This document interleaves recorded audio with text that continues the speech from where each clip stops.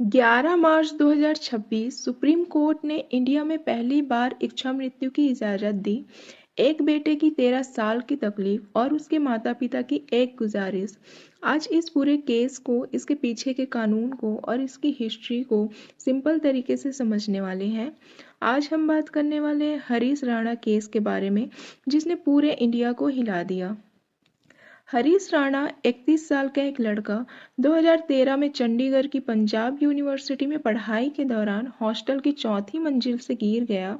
Severe brain injury हुई और तब से आज तक 13 साल से वो पूरी तरह वेजिटेटिव स्टेट में है। न बोल सकता है, न हिल सकता है, सिर्फ मशीनों पर जिंदा है। डॉक्टर्स ने कहा रिकवरी पॉसिबल नहीं। 13 साल बिस्तर पर रहने से शरीर पर गहरे घाव बन गए हैं। उसके माता पिता निर्मला राणा और अशोक राणा, जो 13 साल से उसकी सेवा कर रहे हैं, उन्होंने पहले दिल्ली हाई कोर्ट में अर्जी दी, हमारे बेटे को चैन से जाने दो। हाई कोर्ट ने रिजेक्ट किया क्योंकि हरीश टर्मिनली इल नहीं था। फिर वो सुप्रीम कोर्ट गए और 11 मार्च 2026 को सुप्रीम कोर्ट ने पैसिव यूथनेशिया की परमिशन दे दी।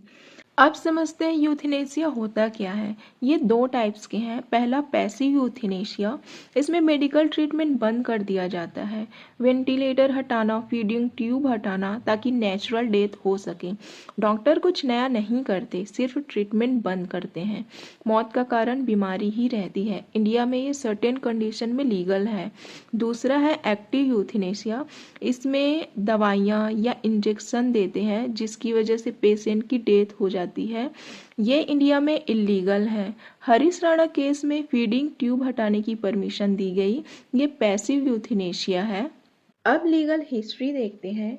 1973 में मुंबई के केईएम हॉस्पिटल की नर्स अरुणा शानबाग पर एक वार्ड अटेंडेंट ने हमला किया।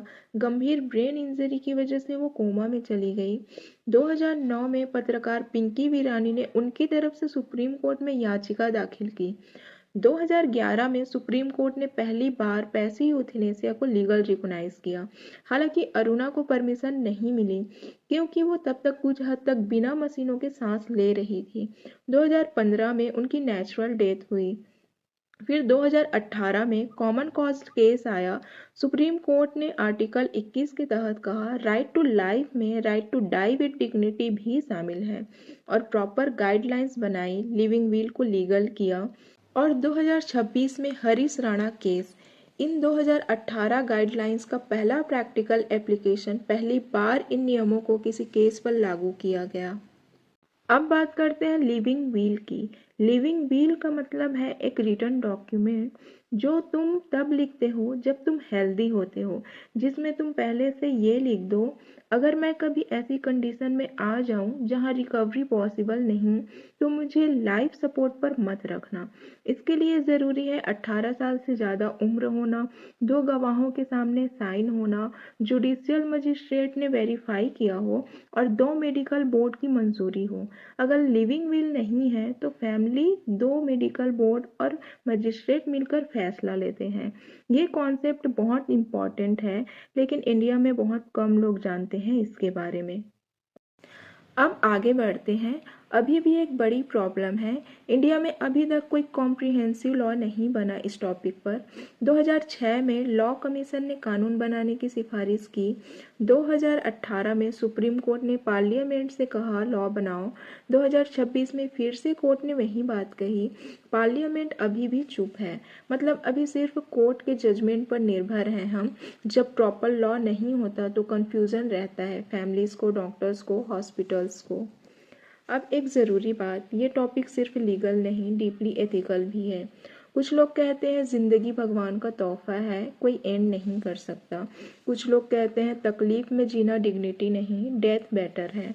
दोनों साइड्स के वैलिड पॉइंट्स हैं। मैं एक लॉ स्टूडेंट के तौर पर ये नहीं कह सकती कि क्या सही है क्या गलत, लेकिन ये ज़रूर कह सकती हूँ इस टॉपिक पर सीरियस कॉन्वर्सेशन होनी चाहिए सोसाइटी में, पार्लियामेंट में, हर जगह। तो अरुणा शानबाग से शुरू हुई ये बहस 2018 में कानूनी रूप मिला और 2026 में हरीश राणा केस के साथ पहली बार प्रैक्टिकल में लागू हुआ।